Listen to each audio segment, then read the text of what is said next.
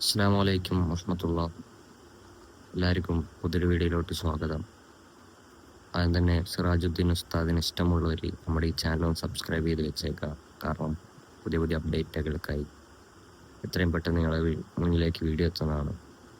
അപ്പോൾ നമ്മളിന്ന് സംസാരിക്കാൻ പോകുന്നത് സിറാജുദ്ദീൻ ഉസ്താദിൻ്റെ ഇപ്പോഴത്തെ അവസ്ഥയെ പറ്റിയാണ്.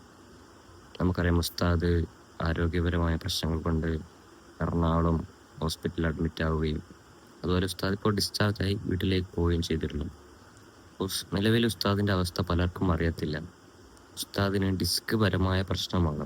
ഉസ്താദിനോട് നമുക്കറിയാം, ഒരുപാട് നേരം നിന്നുകൊണ്ട് പ്രഭാഷണം നടത്തുകയാണ്, മണിക്കൂറുകളോളം എല്ലാവർക്കും പല ആൾക്കാർക്കും അറിവ് കൊടുക്കുന്ന ഉസ്താദാണ്. ഉസ്താദിന് ഡിസ്ക് പരമായ പ്രശ്നമാണ് ഇപ്പോൾ ഉള്ളത്. ഡോക്ടർ റെസ്റ്റ് നിർദ്ദേശിച്ചിട്ടുണ്ട്. അതായത് റെസ്റ്റ് എടുത്താൽ മാറും എന്നുള്ള രീതിയിലാണ് ഇപ്പോൾ ഉള്ളത്.